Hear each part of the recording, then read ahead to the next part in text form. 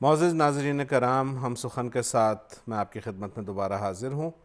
گزشتہ ایپیسوڈ میں ہم بات کر رہے تھے امیر حسین جعفری سے، اور گفتگو کچھ ایسے رخ پہ چل نکلی کہ یہ ضروری لگا کہ اس نشست کو جاری رکھا جائے۔ تو آج ہم گفتگو کو وہیں سے آگے بڑھاتے ہیں جہاں ہم نے سلسلہ منقطع کیا تھا۔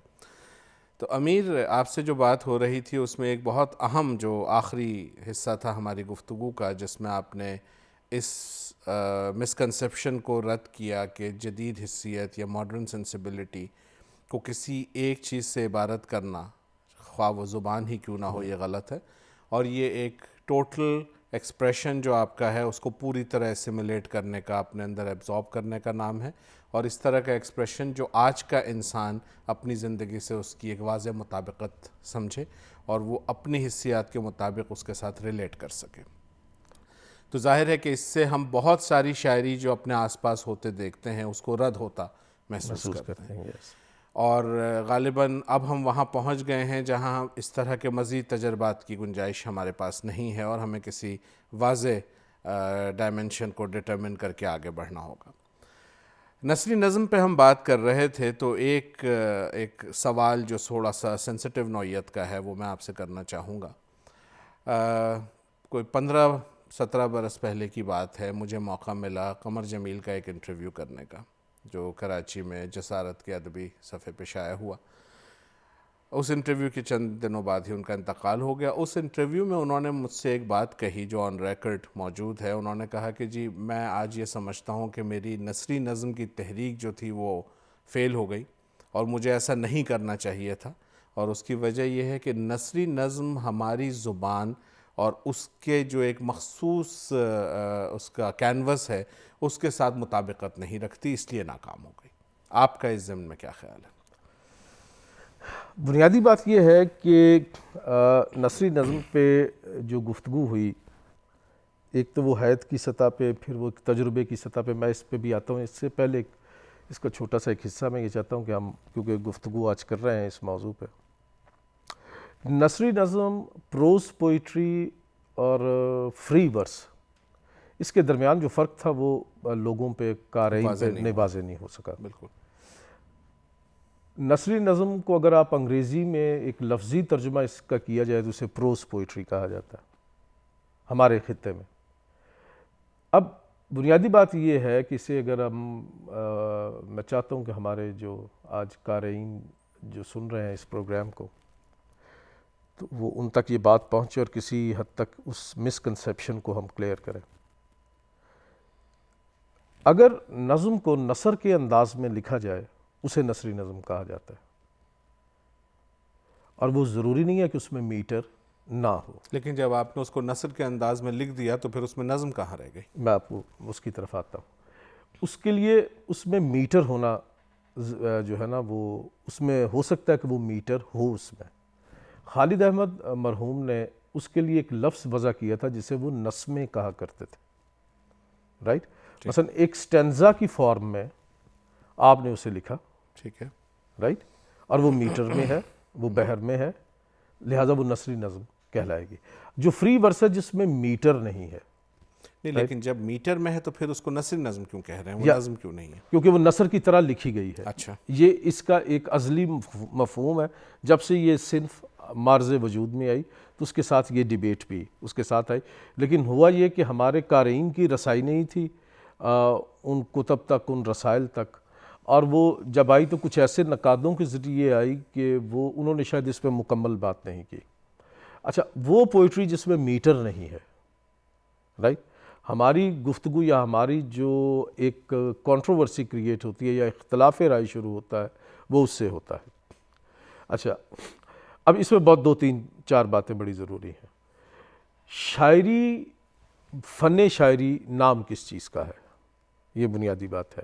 اگر ہم اس کے جو معنی ہے، جو کہ جسے انہیں اگر آپ ازلی معنی کہہ لیں، تو اس میں وہ بحر بھی ہوگی، اس میں جو ہماری مشرقی شاعری ہے، جو روایتی شاعری، ہم نے جب ویسٹ سے اسے بارو کیا، اس کے بہت سے اسباب تھے کہ یہ نثری نظم وجود میں آئی، رائٹ۔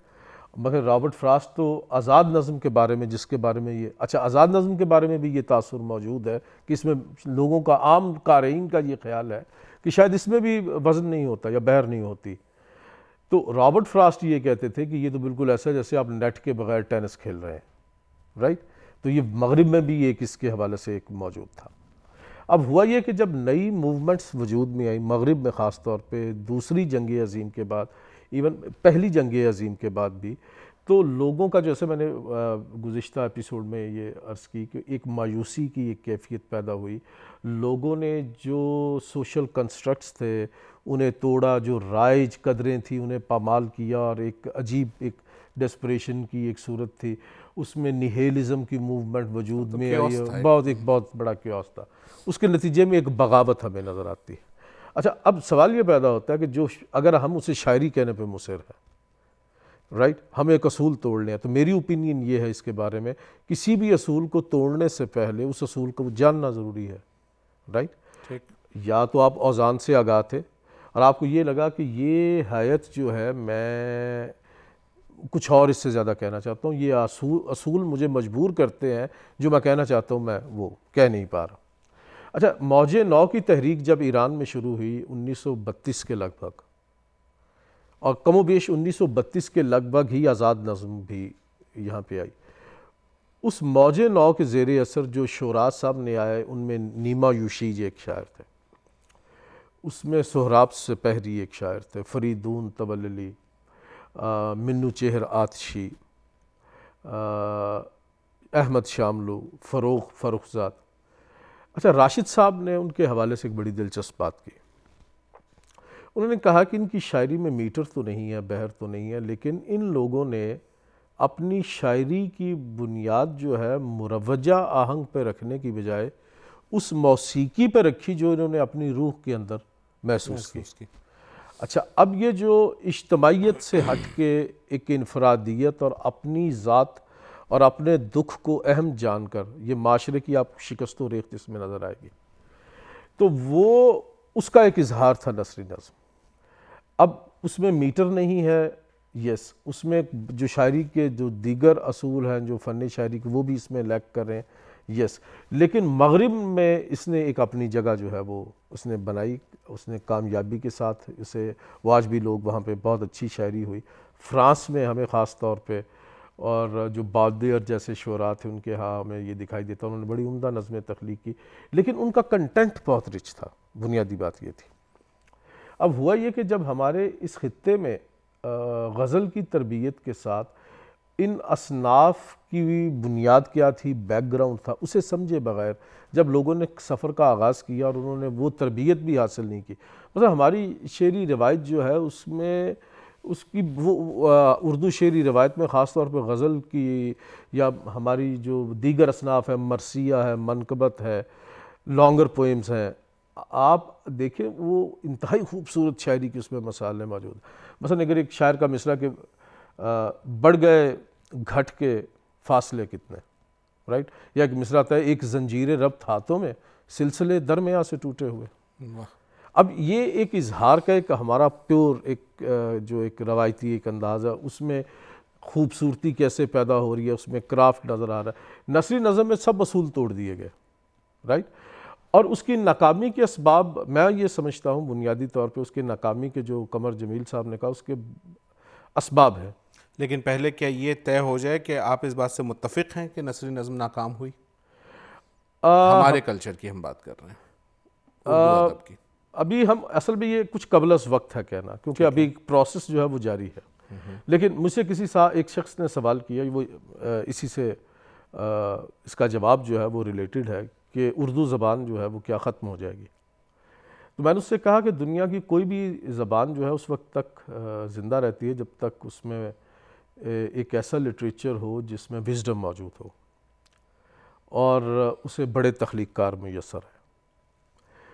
بدقسمتی سے نثری نظم کو کوئی ایسے تخلیق کار بھی میسر نہیں ہے. میں یہ سمجھتا ہوں اس کی ناکامی کا، مثلا فیض صاحب نثری نظم نہیں کہتے تھے، راشد صاحب نثری نظم نہیں کہتے تھے، مجید امجد نہیں کہتے تھے، اختر حسین جعفری نہیں کہتے تھے، حامد مدنی نہیں کہتے تھے، تصدق حسین خالد نہیں کہتے تھے. آپ پوری ایک وہ دیکھیں. اچھا، اگر انہیں کوئی ایسا تخلیق کار میسر آتا یا اس میں کوئی ایک ایسا کنٹینٹ بھی آ جاتا کہ جو لوگوں کے لیے کسی لیول پہ ریڈیبل ہوتا، تو شاید اس کی یہ صورتحال مختلف ہوتی. لیکن ابھی کیونکہ یہ ایک پروسیس ہے، ابھی بہت زیادہ لوگ اس کی طرف ابھی مائل بھی نہیں ہوئے، اور مجھے یہ لگتا ہے کہ ہو سکتا ہے کہ یہ کوئی ایک ایسی شکل اختیار کر لے، لیکن اس کے امکانات کچھ جو ہے وہ ایسے روشن نہیں ہیں اس وقت تک جب تک کوئی ایک ایسا تخلیق کار اس صنف کو میسر نہیں آ جاتا. تو یہ تجربہ بظاہر ناکام بھی ہے اور نہیں بھی ہے، اس کی یہ دونوں صورتیں جو ہے نا. پھر یہ بتائیے کہ آپ جیسا پڑھنے والا لکھنے والا، جو ظاہر ہے بہت سے عام قارئین کے مقابلے میں کہیں زیادہ سمجھ بوجھ رکھتا ہے ادب کی جنرلی بھی اور اس شعبے کی خاص طور پہ، کیونکہ آپ خود نظم کے شاعر ہیں، تو ہم یہ دیکھتے ہیں کہ ہمارے ہاں بحث دن بدن بڑھتی چلی جا رہی ہے، اور یہاں تک کہ ظفر اقبال کہتے ہیں کہ جی اردو شاعری کا مستقبل جو ہے وہ نثری نظم ہے، حالانکہ انہوں نے خود نثری نظم نہیں کہی ہے نا. اب اس کو جب ہم لیتے ہیں تو مجھے ذاتی طور پہ نثری نظم سے کوئی اناد نہیں، میں پڑھتا ہوں اچھی اگر نظم کہیں سے مل جائے جو کم ہاتھ لگتی ہے. میرا مسئلہ کچھ اور ہے جس پہ میں آپ سے کچھ تھوڑی سی چاہوں گا کہ آپ بھی اس میں گفتگو میں حصہ لیں. میرا مسئلہ یہ ہے کہ جب میرے پاس ایک غزل کا شاعر آتا ہے اور اپنا مجموعہ سامنے رکھتا ہے اور کہتا ہے کہ صاحب میں غزل کا شاعر ہوں، تو میں اس کی 2 غزلیں پڑھوں گا اور مجھے معلوم ہو جائے گا کہ یہ شاعر ہے یا نہیں. ٹھیک ہے نا. وہ پابند نظم لکھ کر لائے گا، میں پڑھوں گا، آزاد نظم لائے گا، اور مجھے فوراً اندازہ ہو جائے گا کہ یہ شاعر ہے یا نہیں ہے. جب وہ آ کے مجھے کہتے ہیں کہ صاحب یہ میری 15 نثری نظمیں پڑھی ہے، ٹھیک ہے، اب وہ پیرامیٹر میں کہاں سے لاؤں یہ طے کرنے کے لیے کہ نظم ہے بھی یا نہیں. اور اس سے جو کیوس ایک نئی طرح کا شروع ہوا ہے وہ یہ ہوا ہے کہ پہلے جب ایک آدمی جو شاعر نہیں ہوتا تھا مگر شاعر بننا چاہتا تھا، اس کے لیے طریقہ یہ تھا کہ وہ کہیں سے شاعری حاصل کرتا تھا یا کچھ شاعری نما چیز لے کے کسی استاد کے پاس جاتا تھا اور وہ اس کو ٹھیک ٹھاک کر کے اس قابل کر دیتے تھے کہ اس کو غزل یا نظم کہا جائے. اب آسانی مجھے یہ میسر ہے کہ آج میرا جی چاہا کہ مجھے بھی ایک کتاب لانی ہے اور شاعر بننا ہے، تو میں بیٹھ کے لکھوں گا جو میرا جی چاہے گا اور میں کہوں گا یہ نثری نظم ہے، اور سامنے والے کے پاس کوئی وہ بنیادی پیرامیٹر موجود نہیں ہے جس کی بنیاد پہ وہ مجھے رد کر دے اور کہے کہ نہیں تم شاعر نہیں ہو. اس کی وجہ سے اب جو کیوس ہو رہا ہے اور ہمارے سامنے کتابیں آ رہی ہیں لوگوں کی جو کہتے ہیں کہ آج سے ہم شاعر ہیں، ٹھیک ہے، اس کے لیے کیا جیسی بھی شاعری ہو رہی ہے نثری نظم کے نام پر کوئی بنیادی پیرامیٹرز ایسے موجود ہیں جن کا پابند ان کو کیا جا سکے؟ کیونکہ گلوکار تو کبھی یہ نہیں کہتا کہ جی میں تو سرتال کے بغیر گاؤں گا مگر مجھے گلوکار مانو. تو شاعری میں یہ آزادی ہم کیوں دے رہے ہیں اس نام پہ کہ چونکہ ویسٹ میں بلینک ورس موجود ہے تو اردو میں بھی ہونا چاہیے؟ آپ کی بڑا اہم سوال ہے. میں یہ سمجھتا ہوں کہ یہ جو ایک کیوس ہے یہ معاشرے کی عمومی صورتحال جو ہے اس میں دکھائی دیتی ہے. لوگ کچھ سیلف اوپینینیٹڈ ہو گئے ہیں، رائٹ. اب ایک جو سرٹن رولز ہے، اب اس میں کوئی سرٹن رولز ہے نہیں نثری نظم میں، وزن بھی نہیں ہے، اور آپ نے جو اپنا ما فی الضمیر ہے اسے بیان کرنا ہے، رائٹ. اب بات یہ ہے کہ میرے ایک 2 نثری نظمیں یاد آ رہی ہیں کہ وہ بڑی پاورفل نظمیں ہیں کہ جھکنا 2 موقعوں پر جائز ہے، ایک چشمے سے پانی پینے کے لیے اور دوسرا پھول توڑنے کے لیے. ایک اور نظم ہے کہ اے تتلی اگر تو گانا جانتی تو نہ جانے کب سے کسی پنجرے کی قید میں ہوتی. نیما یوشیچ کی جو شاعری ہے موج نو کے زیر اثر ہوئی ہے وہ بڑی خوبصورت نظمیں ہیں، اس کا کنٹینٹ بہت پاورفل ہے. اچھا، اب یہ جو ایک رویہ آ رہا ہے کیا اس کے کچھ معاشی اسباب ہیں، معاشرتی ہے؟ انسان کیا اتنا فرسٹریٹڈ ہو گیا ہے کہ وہ ہر اصول، ہر حد، ہر قانون کو توڑنا چاہتا ہے؟ ایک وائلنس جو ہمیں سوسائٹی میں نظر آ رہا ہے، کیا یہ اس کا ریئیکشن ہے؟ یہ کیا ہے؟ جہاں تک کسی کو پابند کرنے کا ہے، میں یہ سمجھتا ہوں کہ بات ہمیں ذرا سی اس سے وہ مختلف ہوگی. شاعری کے لیے بنیادی طور پہ اگر اس میں وہ لوازمات نہیں ہے، لیکن میں ایک چیز کا قائل ہوں کہ اس کا کنٹینٹ اس میں ضرور ہونا چاہیے. کوئی ایسی چیز ضرور ہونی چاہیے کہ جس سے یہ ہمیں شائبہ گزرے کہ ہاں اس میں کسی لیول پہ ایک شعریت آپ نے رابرٹ فراسٹ کی بات کی تھی، تو رابرٹ فراسٹ کا جو جملہ ہے کہ poetry is what is last during translation, during translation. تو اب مسئلہ وہیں پہ آتا ہے کہ ہم جس طرح کی نثری نظمیں اس وقت دیکھتے ہیں، ہم یہ کہتے ہیں کہ اگر اس کو لائنیں توڑ کے نہ لکھا جائے، ایک پیراگراف کے طور پہ لکھا جائے، تب بھی کوئی فرق نہیں پڑے گا. ٹھیک ہے، تو کوئی ایک ایلیمنٹ اس میں ایسا ہونا ضروری ہے، جیسا کہ ابھی آپ نے کہا، کہ جو ہمیں یوں لگے کہ اچھا یہ نثر کے طور پہ اگر لکھا جاتا تو یہ بات نہ آتی جو اس وقت آ رہی ہے. ٹھیک ہے، اور یہ چونکہ ایک بڑا ویگ، بہت ہی سبجیکٹو معاملہ ہے، تو شاید اس کے کوئی خد و خال ایسے واضح ہوتے نظر تو نہیں آتے مستقبل قریب میں. اس کے لیے دو ٹرمز جو کوائن کی گئیں، اس میں قاسمی صاحب اسے نثر لطیف کہتے تھے. ٹھیک ہے، اور کچھ لوگ اسے ادب پارا کہتے تھے، یا نثر پارا کہتے تھے، یا نثر لطیف، اور وہ لیکن اس کے لیے نظم کا جو تھا وہ لفظ استعمال نہیں کرتے تھے. لیکن مجھے یہ لگتا ہے کہ اس دنیا میں اتنی تیزی سے شکست و ریخت کا عمل جاری ہے. یعنی آپ موسیقی میں دیکھیے کہ ایک زمانے میں، یعنی کہ میں براڈ کاسٹر ہوں، میرا پاکستان ٹیلی ویژن سے تعلق ہے، رائٹ، تو اس میں جو بنیادی چیزیں ہیں وہ یہ ہے کہ بے سرا ریکارڈ نہیں ہو سکتا، رائٹ، وہ تو ریکارڈ ہی نہیں ہوتا. لیکن اب پچھلے کچھ عرصے سے اگر آپ دیکھیں تو ہمیں جس طرح کی موسیقی سننے کو مل رہی ہے، مجھے کبھی کبھی یوں لگتا ہے کہ اب لوگ کچھ بے سرا سننا چاہتے ہیں، یا اس کلاسیکیت سے لوگ اکتا گئے، یا ایک یہ یکسانیت ہے، یا یہ ایک فیز ہے جس میں یہ ایک خاص طرح کے جو سماجی معاشرتی حالات ہے اس کا رد عمل ہے، اور ہو سکتا ہے یہ چینج ہو جائے. یہ سم ٹائمز مجھے یہ لگتا ہے کہ 60s میں بڑے کھلے کھلے پائنچے ہوتے تھے اور بڑے بڑے کالر ہوتے تھے، یہ ایک فیشن کی کوئی ایک صورت ہے کہ اب ہم بات کو اس طرح سے کریں. یا کسی بھی پروفاؤنڈ ایکسپیرینس کو جب آپ پین ڈاؤن کریں تو ہم اسے نظم کا نام دینا چاہتے ہیں. تو کچھ اس طرح سے نا، لیکن وہ جو ایک تربیت تھی اور وہ جو ایک رویہ تھا جسے شاعری سیکھنے کے لیے ہم وہ فصاحت و بلاغت، مصرے کو رواں ہونا چاہیے، سلیس ہونا چاہیے، سیل ممتنے کی ایک گفتگو تھی، اور وہ اب اس میں وہ ٹوٹلی لیک کرتا ہے. لیکن میں اگر آپ فروخزاد کی نظمیں پڑھیں، اس کے لیے بڑی بنیادی چیز ہے، آپ مجھ سے متفق ہوں گے، آپ فروخ کو پڑھیں، رائٹ. آپ مثلا اب اسی کی نظم کی ایک لائن ہے کہ بچے جب تختہ سیاہ پہ پتھر کے ہجے لکھنے کے قابل ہو جاتے ہیں تو شاخ پہ بیٹھی مینا بدک کر اڑ جاتی ہے. واہ، کیا کہنا، رائٹ. اچھا، اب یہ اتنی پاورفل لائن ہے کہ بعض اوقات دل چاہتا ہے. مجھے جاوید انور کا ایک شعر یاد آ گیا، گو ذرا سا مختلف ہے. وہ کہتا ہے کہ چھوڑ سب کام وام رہنے دے، آج کی شام شام رہنے دے. کیا کہنا، رائٹ. اچھا، بعض اوقات یہ بھی ہوتا ہے کہ آپ کے پاس کوئی ایک ایسا تجربہ ہے کہ آپ اسے شیئر کرنا چاہتے ہیں، رائٹ. وہ پوئٹری تو نہیں ہے لیکن ساؤنڈ کرتی ہے پوئٹری کی طرح. یہ بات کی اپنے کی دیکھیں، ساؤنڈ جو ہے نا، ساؤنڈ اور امیج، یہ دو چیزیں ہیں، ٹھیک ہے نا، جس کی بنیاد پہ ہم لطف لیتے ہیں. کیونکہ شاعری بنیادی طور پہ تو فنون لطیفہ کی ایک صنف ہے، تو ہم پہلی چیز تو اسے لطف اٹھانا چاہتے ہیں. آج جو نثر کی ہم بات جس نثری نظم کی ہم بات کر رہے ہیں، جیسے آپ نے ابھی موسیقی کی بات کی، تو موسیقی میں ایک بے سرا اسٹوڈیو بک کر کے اپنا البم تو ریکارڈ کر لے گا، اور اس کو سننے والے بھی 2-5 لاکھ لوگ مل جائیں گے، کیونکہ ہم عوام کی بات کر رہے ہیں، تو عوامی سطح پہ اتنا شعور تو ہر جگہ نہیں موجود ہوتا. سوال اس وقت یہ پیدا ہوتا ہے کہ جب وہ بے سرا گلوکار اپنا البم ریلیز کرتا ہے اور وہ جاتا ہے ایک استاد کے پاس اور کہتا ہے کہ استاد یہ میرے البم ریلیز ہو رہا ہے، آپ تشریف لائیں اور افتتاح کریں، تو کیا وہ استاد جاتا ہے؟ وہ فوراً کہتا ہے کہ میاں تم تو بے سرے ہو، تمہاری سرپرستی تو میں نہیں کر سکتا.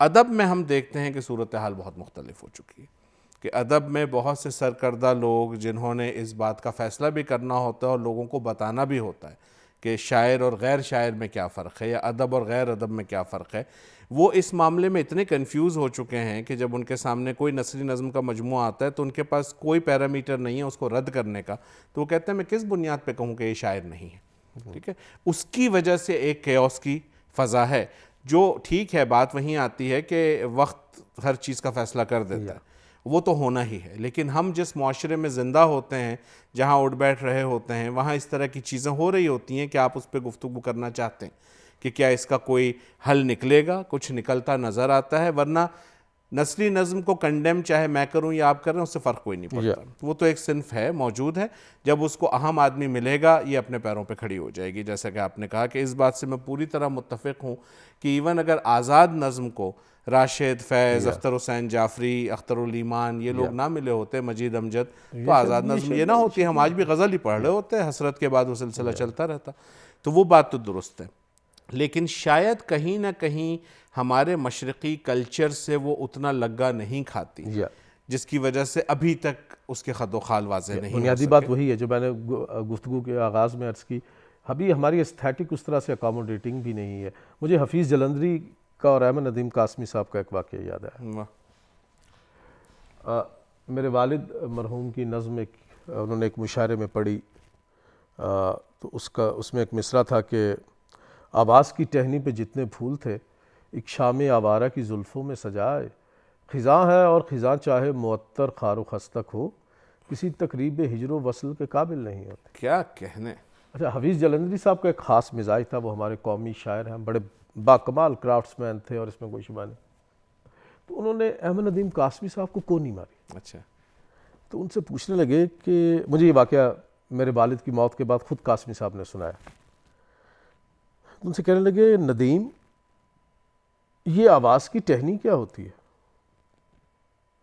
تو قاسمی صاحب نے انہیں کہا کہ حفیظ صاحب آپ کے عہد میں نہیں ہوتی تھی, اب ہوتی ہے. ٹھیک.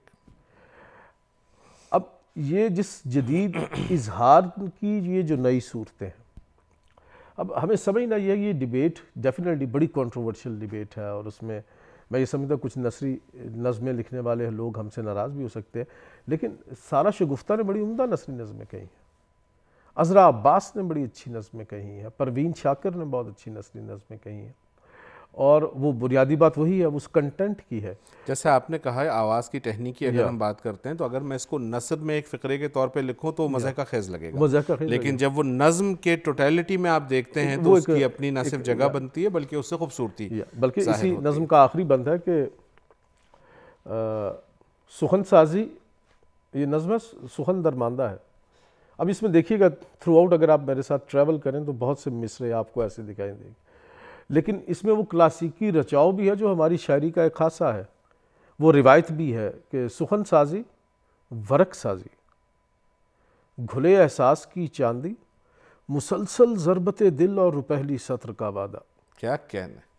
وہ دن اوروں نے دیکھے جب سخن کی پرورش اشک غم سادہ سے ہوتی تھی. کیا کہنے. کھلے تاگے وریدے جوڑنا آسان ہوتا تھا. یہ دن میرا یہ میرا دل, خود اپنی فتح کا منکر, خود اپنی صبح کا حاسد, حلف سارے پرانے آسماں سے توڑنا چاہے, پرندوں کے پر ان کے گھونسلوں کو موڑنا چاہے, بدن صدیوں سے کاہش میں بندھے ہیں, رسیاں کھولو یہ ہاتھ آزاد ہو کر اپنے حصے کا ورق آباد کر لیں گے. کیا کہنے. کیا کہنے. واہ. اچھا, اب اس عہد میں جو ایک شاعری جو پاپولر تھی, یہ وہی وادی ہے ہمدم جہاں ریحانہ رہتی تھی. واہ. رائٹ. اب اس طرح کی شاعری ہو رہی ہے. گیسوؤں کی ہوا نہ دے جانا. رائٹ. اب یہ ایک پاپولر ہے, یا وہ ایک خاص طرح کا ایک مزاج ہے, اس میں ایک شخص آتا ہے جو آ کے اس طرح کی شاعری شروع کرتا ہے, اور لیکن اس میں وہ ان لوگوں کے لیے یہ بہت ہی اچنبے کی بات تھی. مثلا ایک اور نظم ان کی وصال مجھے بڑی آل ٹائم فیوریٹ پومس میں سے ہے.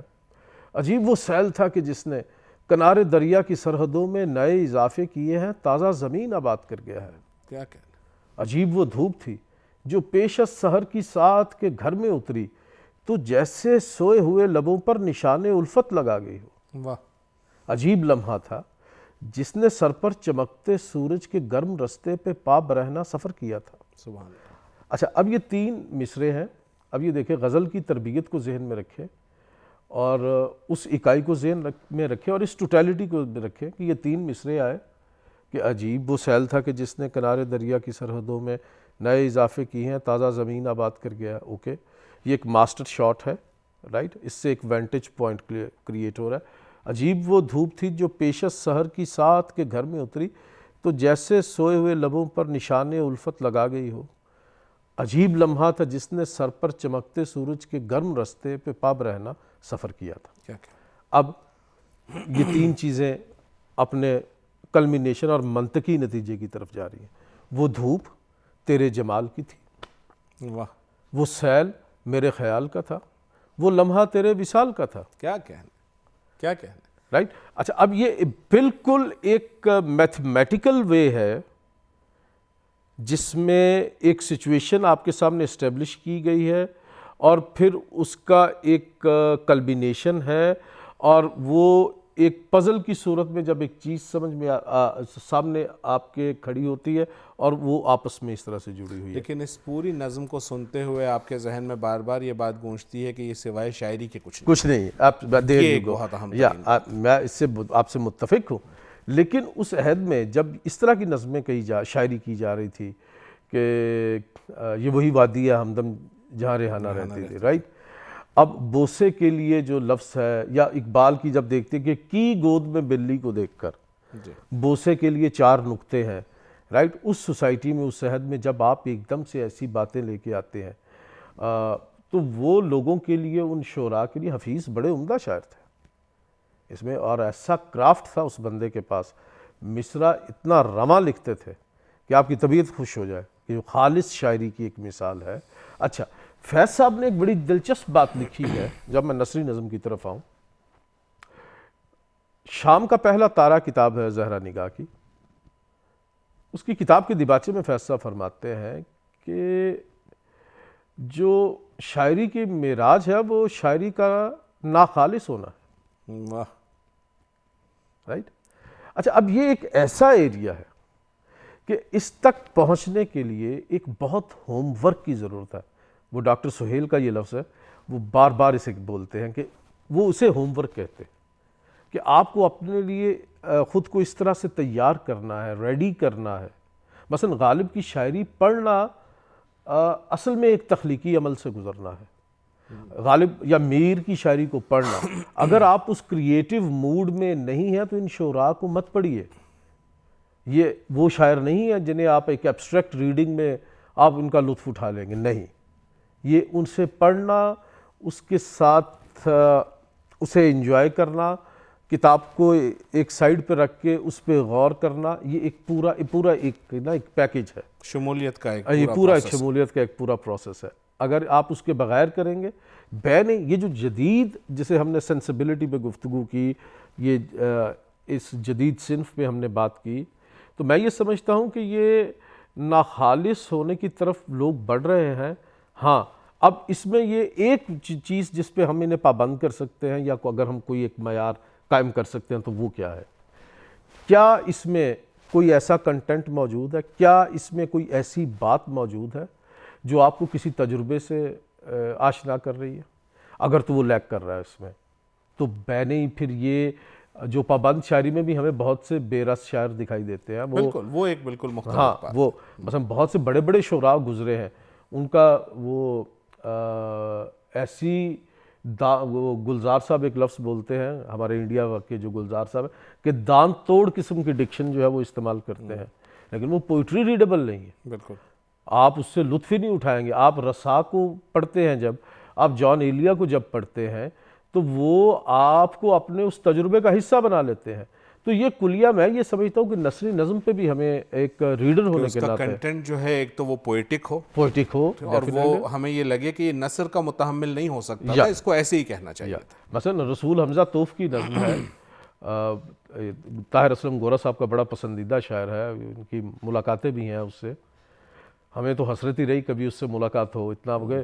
اگر تم سے 100 لوگوں نے محبت کی ہے تو ان میں سے ایک رسول حمزہ توف ہوگا۔ کیا کہنے، اگر تم سے 10 لوگوں نے محبت کی ہے تو ان میں سے ایک رسول حمزہ توف ہوگا۔ اگر تم سے 2 لوگوں نے محبت کی ہے تو ان میں سے ایک رسول حمزہ توف ہوگا، اور اگر تم سے کسی نے محبت نہیں کی تو ان بلند و بالا پہاڑوں سے گر کر رسول حمزہ توف کہیں مر گیا ہوگا۔ کیا کہنے، یعنی ایک ایسا تجربہ ہے، ایک ایسی شدت ہے، ایک ایسا وفور ہے۔ اچھا، اگر تو نثری نظم اس لیول کو ٹچ کر رہی ہے کہ اس وفور کی بنیاد پہ آپ نے کچھ اصول توڑے، تو یہ اس کی جسٹیفیکیشن بنتی ہے۔ بالکل، جسٹیفیکیشن ہی اصل چیز ہے۔ ہاں، یہ اس کی جسٹیفیکیشن بنتی ہے۔ تو اگر یہ محض ایک آپ کا ایک پروفاؤنڈ ایکسپیرینس ہے اور اگر آپ آرٹیکولیٹ نہیں ہیں اور آپ نے ون وے اور اندر اسے پین ڈاؤن کر لیا ہے تو یہ پھر ہمیں، کیونکہ اگر اب شاعری کی اپریسیشن کی بات ہوگی تو پھر یہ دونوں کو برابر رکھ کے دیکھا جائے گا. بالکل. اور قاری کا بھی ایک یہ ڈیسیژن ہے، یا ہم شاعر لوگ جو ہیں ان کا بھی یہ ایک، میں یہ سمجھتا ہوں یہ استحقاق ہے کہ ہم اسے قبول کر سکتے ہیں، اسے رد کر سکتے ہیں. لیکن حتمی بات جو ہے، کیونکہ nothing is absolute in this world, میں یہ سمجھتا ہوں کہ ہر صنف کی طرح اگر اسے بھی کوئی بڑے تخلیق کار میسر آئے تو میں یہ سمجھتا ہوں ہو سکتا ہے یہ صنف بہت آگے جائے. قمر جمیل کوئی چھوٹے آدمی نہیں تھا، وہ بڑا آدمی تھا، اور ہو سکتا ہے کہ زندگی میں بہت سے آپ کے تجربات ایسے ہوتے ہیں کہ آپ جب ان کے ساتھ جڑتے ہیں یا سفر آغاز کرتے ہیں تو آپ بہت فائری ہوتے ہیں، رائٹ. لیکن over the period of time بعض اوقات یہ بھی ہوتا ہے کہ آپ کی اپنے سچ کے ساتھ دلچسپی باقی نہیں رہتی. یہ کمٹمنٹ کا بھی ایک ایشو ہے بہت بڑا. تو میں یہ سمجھتا ہوں البتہ جو ویسے نظمیں لکھی جا رہی ہیں ابھی، جو نئے ہمیں بہت کم شعراء ایسے دکھائی دیتے ہیں، خاص طور پہ نظم کے، جو آپ نے گزشتہ ایپیسوڈ میں مجھ سے سوال کیا، اور ہماری جدید بلکہ مجھے جدید سینسیبلٹی پہ آج سے کوئی 150 سال پرانا ایک شعر یاد آیا، جیسے میں نے عرض کیا کہ اسے انہیل کرنا پڑتا ہے.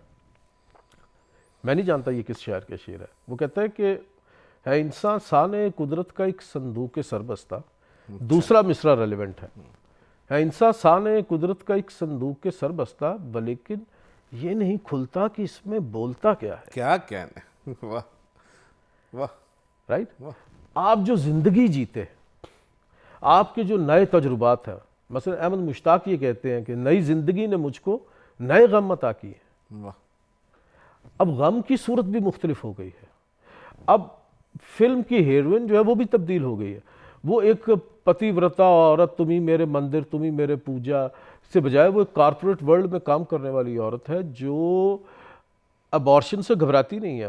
اگر وہ کیریئر کے درمیان اس کی شادی، اس کی کیریئر اور اس کے بچے کے درمیان اسے 3 چیزوں میں کسی کے درمیان انتخاب کرنا ہے تو وہ کیریئر کی طرف چلی جاتی ہے، رائٹ. وہ جیسے ہیرو گاؤں آتا ہے اور اس کے بعد چلا جاتا ہے اور وہ بیٹھی سویٹر جو ہے وہ بن رہی ہے، وہ عورت تبدیل ہو گئی ہے.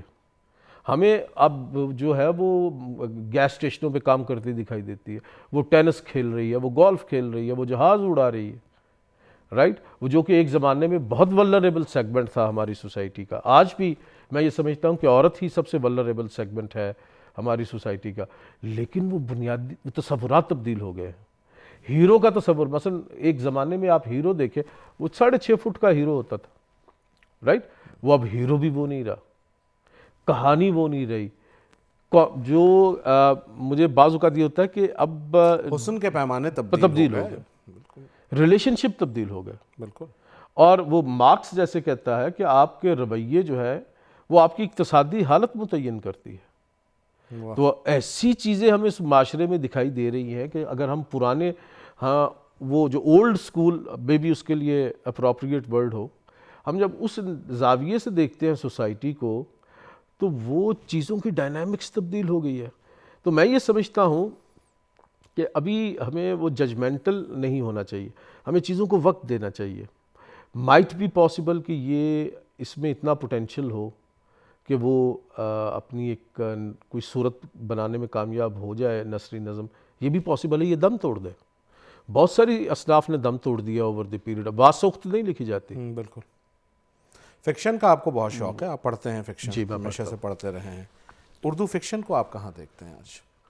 اردو فکشن میں ہمیں بہت اچھے رائٹر ابتدا میں ملے، جن میں راجندر سنگھ بیدی تھے، کرشن چندر تھے، احمد ندیم کاسبی نے بہت عمدہ افسانے لکھے، غلام عباس، بلونت سنگھ، ان لوگوں نے بہت اچھے افسانے لکھے. انتظار حسین کے افسانے ذرا مختلف تھے، خاص طور پہ زرد کتا ان کی جو کتاب ہے، اور آخری آدمی، ویسے افسانے ہڈیوں کا ڈھانچ انہوں نے لکھے. تو وہ بہت عمدہ تھے. لیکن محمد الیاس ایک رائٹر ہیں میرپور کے، بہت عمدہ کہانی لکھتے تھے. نیلوفر اقبال نے بہت اچھے افسانے لکھے. فرت پروین نے بہت اچھے افسانے لکھے. لیکن جب جو ٹرینڈ چینج ہوتا ہمیں دکھائی دیتا ہے، جس کا ہم یہ جن کی کتاب ہے گھوڑوں کے شہر میں اکیلا آدمی، ان کا نام میرے ذہن سے اس وقت مظہر الاسلام، انہوں نے ایک نئی کہانی کی بنیاد رکھی. لیکن میں یہ سمجھتا ہوں کہ مظہر الاسلام سے بھی پہلے ایک افسانہ نگار تھے احمد داؤد. میں یہ سمجھتا ہوں کہ وہ ہی واز دی فرسٹ مین جس نے ایک جدید افسانے کی جو ہے بنیاد رکھی. ہمارے ہاں افسانہ ترجمہ بھی بہت ہوا ہے، اور اس میں مغربی جو جب تراجم ہم تک پہنچے تو اس سے ایک افسانے کی شکل بھی بدلی.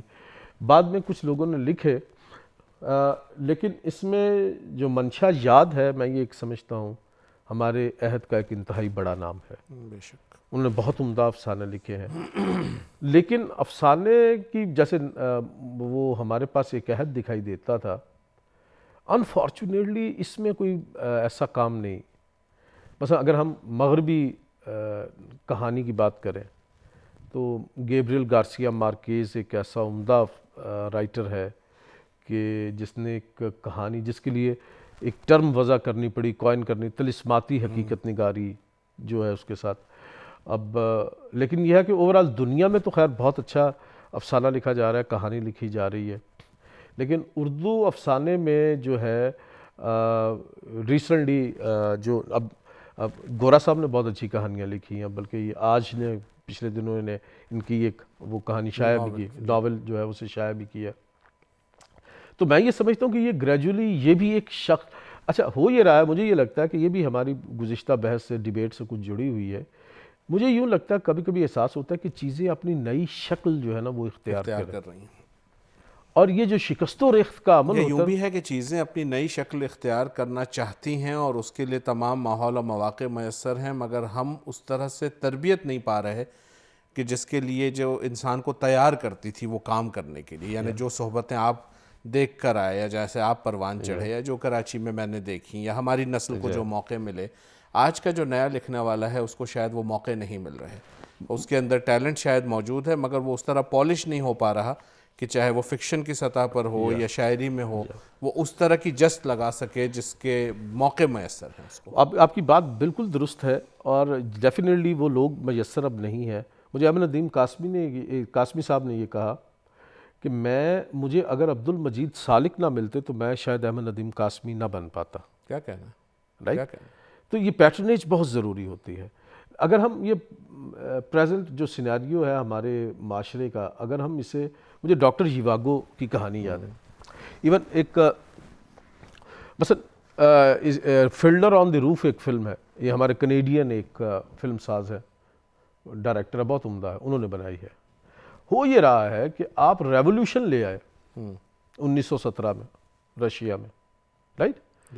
آپ نے نظریہ جو ہے پبلک پہ مسلط بھی کر دیا، ٹھیک ہے، رائٹ. اس نظریے کے ساتھ زندہ کیسے رہنا یہ ابھی ہم نے سیکھا نہیں، رائٹ. ہم نے ایک دم سے، وہ لوگ، ایک چرچ جاتا ہے، ایک بندہ مسجد جاتا ہے، آپ کہتے ہیں کہ یہ تو ہے ہی نہیں، ٹھیک نہیں ہے.